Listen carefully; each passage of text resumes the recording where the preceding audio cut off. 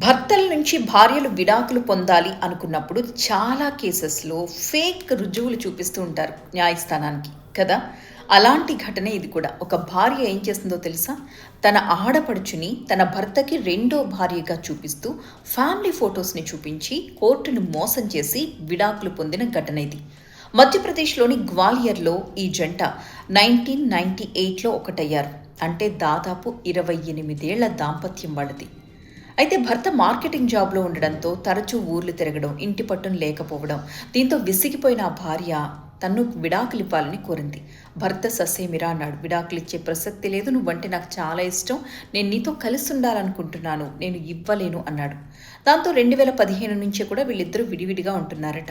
ఒకరితో ఒకరు మాటలు లేవు. ఎవరి లైఫ్ వాళ్ళది. కానీ భర్త నుంచి మాత్రం విడాకులు రాలేదు. దీంతో భార్య ఏం చేసింది? 2021లో గ్వాలియర్‌లో ఉన్న కోర్టును ఆశ్రయించింది. అయితే వాళ్ళు ఎందుకు విడాకులు కోరుతున్నారు అన్న దానికి ఆధారాలు చూపించాలి కదా!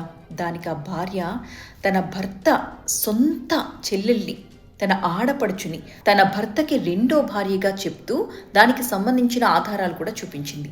ఆధారాలంటే ఏం లేదు. ఫ్యామిలీ ఫోటోస్ ఉంటాయి కదా! అప్పుడప్పుడు సరదాగా దిగినవి, గ్రూప్ ఫోటోస్ ఇలాంటివి. అవి చూపించి, ఇదిగో మా ఆయన ఈమెను వివాహమాడాడు. గత 10 సంవత్సరాలుగా మేం విడిగా ఉంటున్నాం. నాకు విడాకులు ఇవ్వకుండానే అతను రెండో పెళ్లి చేసేసుకున్నాడు. కాబట్టి నాకు విడాకులు ఇవ్వండి. ఇదిగో ప్రూఫ్ అని చెప్పి ఫోటో చూపించింది. కోర్టు నమ్మేసింది. విడాకులు మంజూరు చేసింది. ఆ విడాకుల డిగ్రీ భర్తకు వెళ్ళిందనమాట. అది చూసి షాక్ అయిపోయాడు. అసలు నా ప్రమేయం లేకుండా, నా వాదన ఏంటో వినకుండా ఎలా విడాకులు మంజూరు చేస్తారు? అసలేం జరిగింది అని మొత్తం టోటల్ ఆ డాక్యుమెంట్స్ అన్నీ తెప్పించుకున్నాడు. ఆమె ఏం చెప్పి విడాకులు తీసుకుంది అని చెప్పి.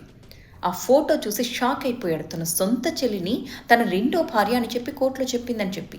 వెంటనే మధ్యప్రదేశ్ హైకోర్టును ఆశ్రయించాడు. తన భార్య తనని ఇలా మోసం చేసింది.